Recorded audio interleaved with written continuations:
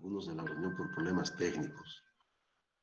Si alguno tiene un problema técnico, por favor, a través del WhatsApp puede decirme cuál es el problema, a ver si lo podemos resolver. ¿Ok? Bueno, entonces, miren, en cuanto a los ensayos no destructivos, existe pero una familia enorme, enorme, enorme de ensayos no destructivos, y quiero hacerles un comentario bastante interesante de que normalmente la mayoría de los ensayos no destructivos que aplicamos a los materiales también entonces son desarrollados para aplicaciones médicas, ¿no? Normalmente entonces lo que se aplica en medicina también se aplica entonces en materiales, ¿no? Radiografías, ultrasonido, no contrastes, realmente es bastante interesante, ¿no? Entonces, esta gran familia de ensayos no destructivos los vamos a clasificar desde una visión académica en dos grandes categorías, ¿no? Los ensayos destructivos clásicos, que justamente miren aquí en este diagramita están, ¿no? Puestos en rojo, que nos indicarían entonces, como el nombre dice de clásicos, que son ensayos que independientemente del tiempo, siempre son necesarios y siempre van a ser aplicables en cualquier tipo de industria.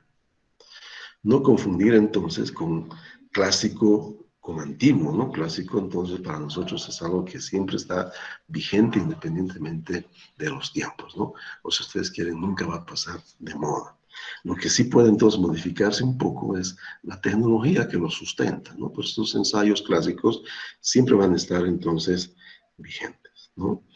Y son entonces el tema central de estudio de los ensayos no destructivos de nuestro curso, justamente por su gran flexibilidad que tienen de poder aplicarse en cualquier tipo de situación y en cualquier tipo de industria. Recordando que como ingenieros mecánicos nosotros vamos a tener la facilidad, ¿no?, de poder trabajar entonces en una gran diversidad de industrias, ¿no? Nuestro mercado laboral, que es tan amplio, entonces también va a requerir, ¿no?, conocimientos de esos ensayos entonces clásicos que pueden aplicarse ya sea en industria aeronáutica, ferroviaria, petrolera, de construcción de máquinas, de mantenimiento. Entonces son de aplicaciones generales, ¿no? Entonces, en listado, en función de los conocimientos necesarios y dificultades de dispositivos e instrumentos que necesitamos, estarían clasificados de la siguiente manera, ¿no? Ensayos visuales, ensayos de líquidos penetrantes, ensayos de partículas magnéticas, ensayos de radiografía industrial y ensayos de ultrasonido. Con excepción del último, esos otros 4 van a ser entonces estudiados un poco más intensivamente en nuestro curso. Y vamos a tener simplemente nociones básicas de entendimiento de cómo funcionan los ensayos de ultrasonido, ¿no? Estos son un poco más complejos, requieren mayores estudios para poder entonces entenderlos, pero nuestro entendimiento como ingenieros mecánicos que necesitamos de estos ensayos es solamente de saber qué puedo obtener con estos ensayos. No es necesario que nosotros sepamos aplicar estos ensayos. Lo que nosotros necesitamos es entonces saber qué hacemos con la información que obtenemos a partir de esos ensayos. Entonces, haciendo la misma analogía que en la medicina, hemos comprendido entonces, miren, que un médico no va a hacer un análisis de heces fecales ni de orina. Lo que sí él entonces va a pedir, ¿no?, a su paciente de que se haga esos ensayos, y entonces el paciente recurrirá, ¿no?, a la persona indicada, en el caso de un laboratorio bioquímico, para que le haga entonces estos ensayos, y ahí será una persona capacitada en el área que va a hacer el ensayo. Entonces el médico no hace el ensayo, pero lo que sí hace el médico es analizar el resultado del ensayo, y en función de eso toma decisiones atinadas, ¿no?, para mejorar la salud, ¿no?, del paciente. Entonces los ingenieros tenemos la obligación de lo mismo. No somos aplicadores del ensayo. Miren, para ser aplicador del ensayo no se necesita ser ingeniero, ni siquiera se necesita ser bachiller. un aplicador de estos ensayos, entonces estudia para ello, y entonces se vuelve aplicador del ensayo. No es necesario entonces estudiar ingeniería para ser aplicador, ¿no?, de estos ensayos. Es una pérdida de tiempo, ¿no? En Bolivia hay un mercado interesante para los aplicadores de estos ensayos. Poco a poco, cuando vayamos avanzando en el tema, vamos a ver entonces que hay algunos requisitos en cuanto a los códigos de construcción que usamos en ingeniería para poder entonces implementar proyectos de envergadura, de gran envergadura, especialmente en el sector petrolero, que nos entonces inducen, ¿no?, a utilizar lo que se llama entonces inspectores certificados y autorizados, ¿no?, en varios rubros. Y uno de ellos entonces está en función de los examinadores, se llama, estos aplicadores de estas técnicas, que de la información que ellos entonces evacúan, es que se alimentan los inspectores para poder hacer entonces sus informes, ¿no?, del estado de lo que llamamos de la integridad mecánica o estructural de los sistemas. Entonces, reiterando, ¿no?, ensayo visual, ensayo de líquidos penetrantes, ensayo de partículas magnéticas y ensayo de radiografía industrial es el meollo de nuestro asunto. Bueno, pero cuando estamos hablando de la gran diversidad de tipos de industrias, de la gran diversidad, ¿no?, de sistemas mecánicos, sistemas industriales, ha habido la necesidad de desarrollar ensayos más especializados que puedan resolver entonces temas un poco más puntuales. Y ahí nacieron entonces la categoría de los ensayos especiales, ¿no? Es más o menos, por ejemplo, haciendo la analogía de un médico cuando hace entonces una inspección visual, ¿verdad? Entonces, ¿qué es lo que hace cuando hace una inspección visual, ¿no?, verdad? A su paciente entonces le mira el rostro a ver si está amarillo, ¿verdad? Le descubre un poquito, ¿no?, la parte del párpado para ver entonces si cerca de la retina, ¿no?, ese tejido está rojito, para ver entonces si está bien, no está con anemia, etcétera, ¿no? Entonces, el médico también hace sus ensayos visuales, ¿no?, para poder hacer sus diagnósticos, ¿no?, en función de su ensayo visual. Pero, ¿no?, cuando quiere saber cómo está el corazón, por decirles, ya no es suficiente un ensayo externo como el visual. Entonces, para tener entonces mayores luces de cómo está funcionando un corazón, se tendrá que recurrir a ensayos mucho más especializados, por ejemplo, un electrocardiograma. Si alguna vez ustedes se han hecho un electrocardiograma o han visto un electrocardiograma, ¿no?, de un pariente, ¿no?, que ha tenido la necesidad de realizarse, entonces nos dan un papel un poco largo, donde hay unos picos y valles, ¿no?, que para nosotros es chino. Entonces solamente un especialista va a poder entonces interpretar, ¿no?, qué significa cada pico, cada valle y cada anomalía que podría presentarse en esos picos y valles. Entonces lo mismo pasa, ¿no?, en función de la necesidad de máquinas. Cuando haya una máquina muy puntual, por decirles ahora que estamos en nuestro país con este sistema, ¿no?, de transporte de pasajeros, ¿no?, a partir entonces de cable, los famosos técnicos, entonces podrán ver que si un cable se rompe, es una tragedia porque va a matar gente. Entonces es necesario verificar cómo está la salud del cable, cómo está la integridad estructural del cable.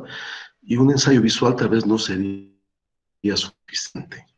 Entonces era un ensayo especializado, un ensayo magnético, ¿no?, especializado, no el de partículas magnéticas, sino especializado, muy parecido al ultrasonido, al electrocardiograma, pero magnético, y en el caso entonces su interpretación sería muy especializada, ¿no? Pero me va a dar entonces información valiosísima de cómo está la integridad estructural del cable. Ventaja que no podría tenerla con un ensayo clásico.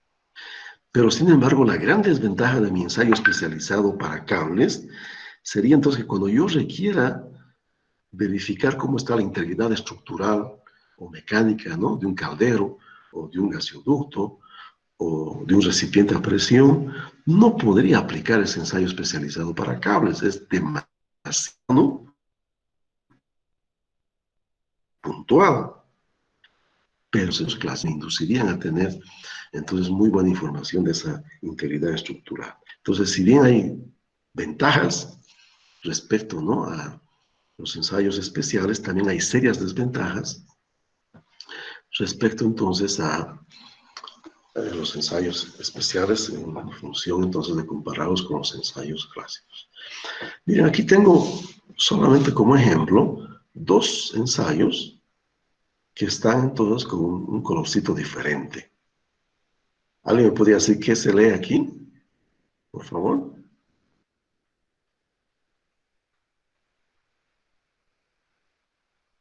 ¿Hay alguien escuchando? ¿Qué se lee aquí? Ingeniero, tal como se lee eddy current. Corrientes de Eddy. Entonces es un ensayo, muchas gracias, ¿no? Es un ensayo, entonces, miren que está entre la frontera de ser especializado y convertirse en clásico, ¿no? Entonces, miren, una de las dificultades que tenemos con este ensayo clásico, que es de partículas magnéticas, es que solamente se puede aplicar a materiales que presentan ferromagnetismo, ¿no? O sea, atracción a los campos magnéticos, como es el acero normal, ¿no? Los fierros que llamamos. Pero en muchas industrias, por ejemplo en la industria aeronáutica, no se usan los aceros porque su relación resistencia-densidad es demasiado elevada. Y entonces se prefiere otros metales que tienen mejor comportamiento en esa relación resistencia-densidad. Aleaciones de titanio, aleaciones de aluminio, ¿no? Aunque también ahora se ha emigrado mucho a lo que serían entonces materiales compósitos en la aplicación estructural, especialmente de la industria aeronáutica. Entonces, esta técnica de las corrientes de Eddy es una técnica desarrollada para poder entonces verificar cómo está la integridad estructural de materiales metálicos que no sean entonces ferromagnéticos, ¿no? Entonces, es un ensayo muy utilizado en la industria aeronáutica. Y si uno va a trabajar en esa área, entonces necesariamente va a tener que entender un poco, ¿no?, de esta tecnología, ¿verdad? Una de las grandes dificultades que tiene es que el resultado que, que se tiene, ¿no?, después de la aplicación del ensayo es bastante abstracto, ¿no? Eso dificulta bastante, ¿no?, la interpretación de los resultados, ¿no? Al contrario de la radiografía, por ejemplo, que en el fondo, ¿no?, es como sacar una sombra, ¿no?, de lo que hay dentro de los sistemas, ¿no? Es algo que físicamente se puede interpretar bastante bien. En cambio, con las corrientes de Eddy obtenemos un resultado muy abstracto, ¿no? Es difícil de interpretar. Pero entonces es tan importante en el área de aeronáutica, ¿no?, y tan importante se está volviendo para poder entonces hacer inspecciones de materiales entonces que no sean ferrosos, que se está convirtiendo en una técnica clásica, ¿no? En unos años más se va a convertir en una técnica clásica de ensayos no destructivos. Y otra técnica importante es la termografía. La termografía, entonces, miren, es una técnica que hoy en día, inclusive en esta pandemia, al inicio, por ejemplo, se pensaba, ¿no?, que podíamos nosotros minimizar un poco el impacto, ¿no?, de la pandemia que estamos sufriendo a nivel mundial, simplemente verificando la temperatura, ¿no?, de las personas que tenían temperaturas superiores a 36 grados, pues se consideraban que podían ser portadoras, ¿no?, del COVID, y entonces se les hacía un seguimiento más de cerca. Vean entonces que era un poco coja, ¿no?, un poco, podríamos decir, huérfana ese concepto, porque hay muchísimos asintomáticos, ¿no?, de portadores del COVID. Pero sin embargo, ¿no?, podrán ver entonces que la termografía en el fondo el comportamiento térmico, ¿no?, de los sistemas, ya sean humanos, biológicos, o ya sean sistemas mecánicos o sistemas eléctricos, es importantísima, ¿no? Cambios de temperatura siempre están entonces asociados con algunas anomalías de funcionamiento. Un mal contacto eléctrico se va a reflejar entonces en un calentamiento, ¿no? Un hecho de que una máquina tenga rodamientos desgastados va a inducir entonces un calentamiento localizado, ¿no?, anómalo. O el hecho entonces de que tengamos un eje desalineado, eso va a inducir mayores esfuerzos, ¿no?, y va a tener entonces también generar calentamientos anómalos. Entonces, con una cámara termográfica, nosotros analizando, ¿no?, el perfil de temperaturas, podemos entonces ubicar anomalías. Entonces, la termografía también es una técnica que se está convirtiendo cada vez más, ¿no? Salir del concepto de ser especial y cada vez entonces se está convirtiendo en una técnica clásica. No puedo dejar de mencionar una técnica muy importante hoy en día para la ingeniería mecánica, especialmente cuando uno actúa en el área de mantenimiento, que sería entonces lo que es el análisis vibracional, ¿no? Entonces van a tener ustedes una materia especializada en vibraciones que les va a permitir entonces tener mayores conocimientos al respecto.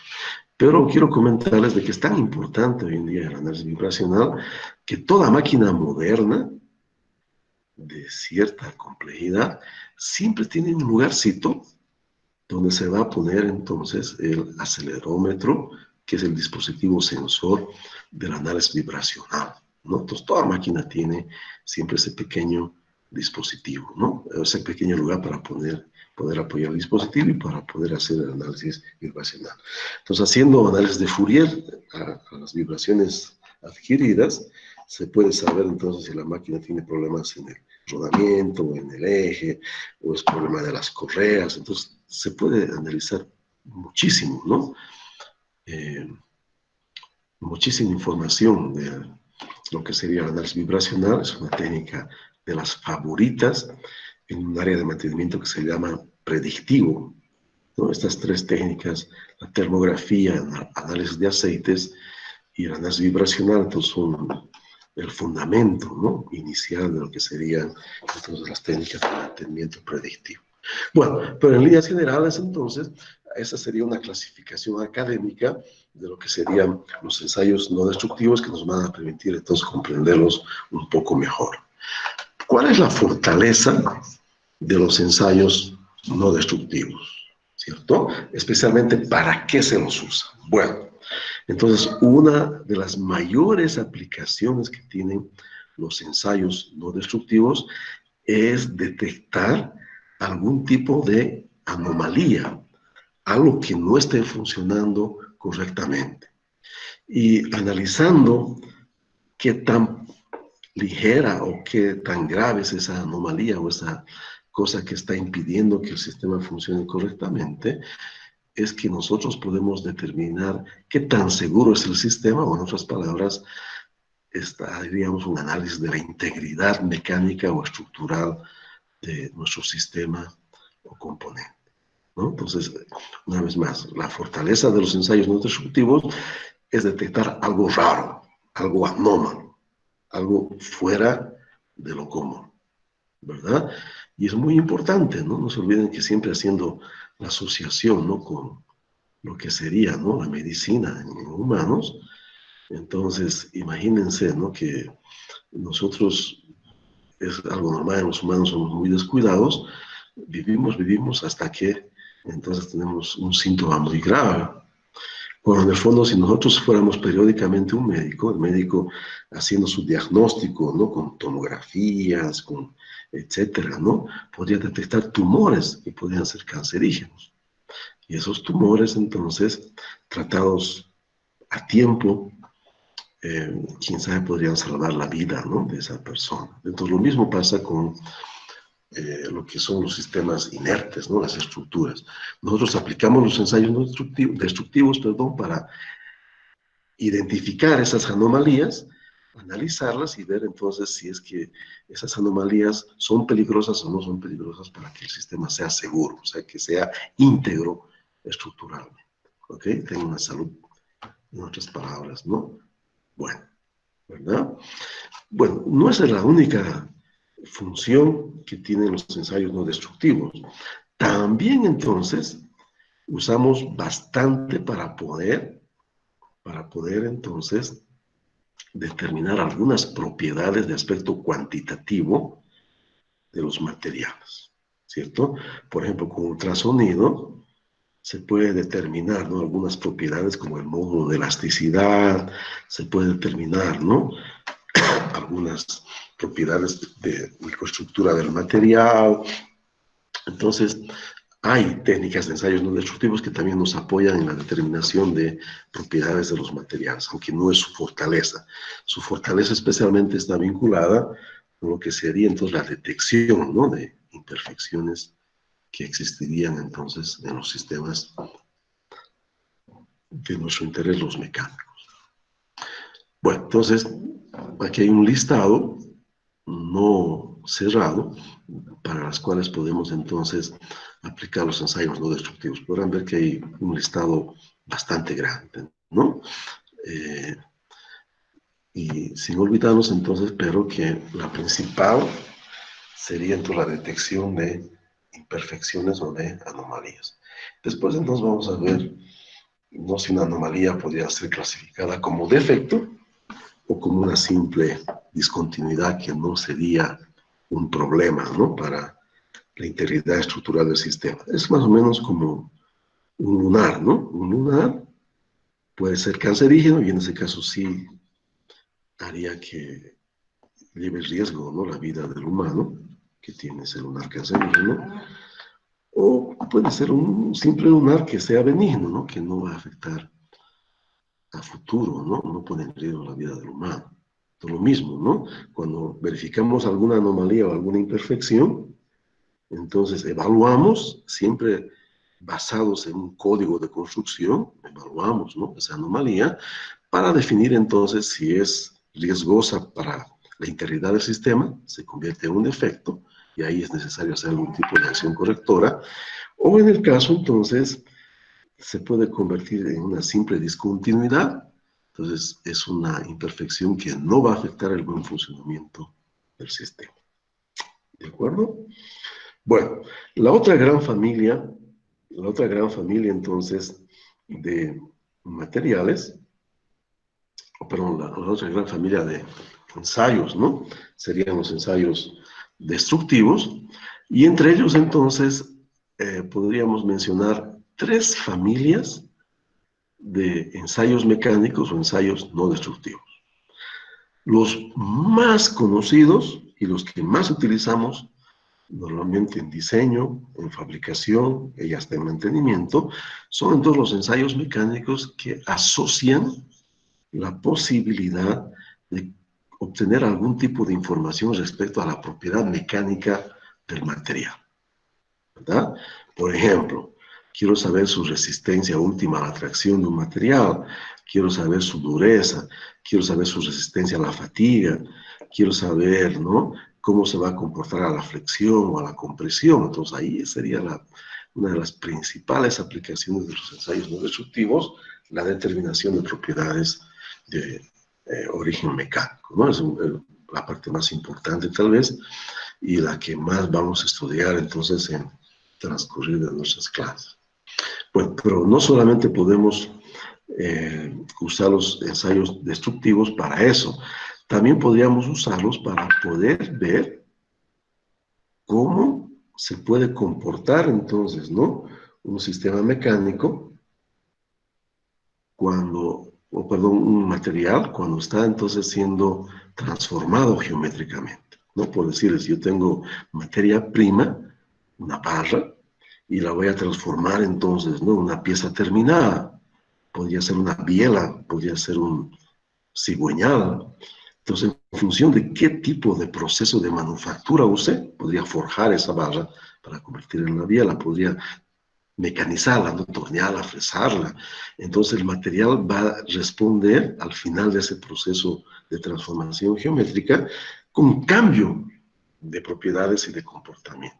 Entonces hay ensayos especializados para poder entonces saber cómo ese material va a soportar o qué tipo de transformaciones va a sufrir entonces cuando vaya a enfrentar ese proceso de transformación geométrica y metalúrgica, ¿no? Por ejemplo, si yo quiero saber qué tan eficiente va a ser mi temple y revenido, puedo usar un ensayo Jomini. O, por ejemplo, yo quiero saber qué tan buena es mi chapa para hacer un embutido extra profundo, yo puedo usar un ensayo que se llama ensayo de Erickson. Pero son ensayos en los cuales nosotros vamos a saber cómo se va a comportar entonces, ¿no? Mi material, mi materia prima, cuando esté siendo transformada por el proceso de manufactura aplicado.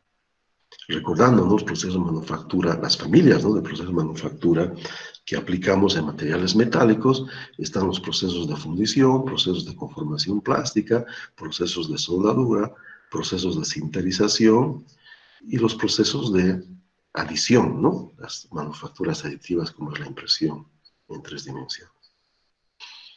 Bien, y adicionalmente entonces, las técnicas destructivas también usamos para homologar algunas necesidades industriales. Por ejemplo, ¿no?, cuando necesitamos saber si un proceso de manufactura como la soldadura ha sido realizada con una calidad requerida, vamos a tener que realizar un ensayo de doblado, ¿no?, sobre una probeta realizada con las condiciones que vamos a utilizar para esa soldadura industrial. Y eso nos va a permitir entonces desarrollar un documento que se llama procedimiento de soldadura. Pero entonces los ensayos destructivos también me permitirían hacer estas homologaciones, ¿no? Entonces hay 3 grandes objetivos de aplicar técnicas, ¿no?, de ensayos destructivos sobre los materiales, ¿no? Obtener propiedades, saber cómo se comportan esos materiales en los procesos transformadores de geometría, los procesos de manufactura, o hacer homologaciones, ¿no?, especialmente esto en procesos de soldadura. Bueno, entonces una pincelada rápida, algunos procesos, algunos ensayos que aplicamos destructivos, ¿no?, ensayos destructivos que aplicamos a los materiales. Aquí tendríamos el famoso ensayo de tracción, ¿no?, muy conocido por nosotros, ensayo de compresión, ensayo Charpy, que nos permite entonces analizar tenacidades, durezas, en sus diversas subescalas y conceptos que puede haber, ¿no? Y algo que es el mayor dolor de cabeza del diseño y de las fallas catastróficas que hemos enfrentado, ¿no?, especialmente de origen mecánico, ¿no?, que es la famosa fatiga, ¿no? Realmente necesitamos comprender mejor las propiedades de la fatiga para hacer buenos diseños más seguros y confiables, ¿no? Bueno, también entonces podemos recurrir a ensayos un poquito más especializados, los ensayos de flexión, muy aplicados en maderas, los ensayos de torsión. Y aquí entonces tengo un croquis de lo que significaría el ensayo Erickson. Obtenemos un número que se llama número de Erickson. Miren, es muy sencillo. Una chapa que está aquí, ¿no?, deformada ya. Inicialmente estaba plana. Es sujetada en sus extremos y con un cutter, un punzón que tiene un radio de redondeo normalizado, se va a aplicar una fuerza de tal manera que la chapa se deforme. Apenas se presente una rajadura, el ensayo se paraliza y se mide esta profundidad. Cuanto mayor sea esta profundidad, significa entonces que el número de Erickson es más alto y la chapa es mucho más apta para poder entonces hacer embutidos extra profundos. La chapa de calidad de embutido extra profundo es bastante cara. Normalmente las personas o las empresas tratan de evitar de llegar, ¿no?, a esta necesidad, ¿no? Pero entonces podrán ver que existen ensayos especializados, ¿no? Y el otro ensayo que les comentaba, ¿no?, que nos permitiría analizar la templabilidad de los materiales, es un ensayo que se llama ensayo Jomini, un ensayo muy simple, ¿no? Un cuerpo de prueba que está caliente, ¿no?, la temperatura de transformación austenídica es enfriada en su cara inferior por un chorro de agua normalizado. Y una vez entonces que se hace el enfriamiento con este chorro, lo que se hace es medir la dureza desde este extremo hasta acercarse a su cabeza, que estaba entonces permitiendo que se soporte, ¿no? Para hacer el ensayo, ¿no? Entonces las curvas que se obtienen, miren, ¿no? Que hay un gráfico de varios tipos de curvas, entonces me dan indicaciones no solamente cualitativas, sino cuantitativas para poder hacer diseño de piezas basado entonces en este ensayo. Podrán percibir aquí un acero 4340, ¿no? Miren, un acero 4340 que tiene una templabilidad notable. Miren, prácticamente la dureza es la misma entre la superficie, distancia Jomini 0, y el centro de la pieza, ¿no? Miren, aquí hay esta división es un 16 de pulgada hasta 30, 16 de pulgada, ¿no? Prácticamente 2 pulgadas de espesor. Hemos obtenido una dureza excelente en el ensayo Jomini. Eso entonces pronostica una pieza con una calidad, ¿no?, de propiedades mecánicas obtenidas después de temple extraordinaria, ¿no? Es un acero maravilloso, en otras palabras, el 4340. ¿Alguien podría decirme qué tipo de acero es este 4340? ¿Alguien recuerda? No importa si es por el chat o por el micrófono. ¿Alguien puede decirme qué tipo de acero es?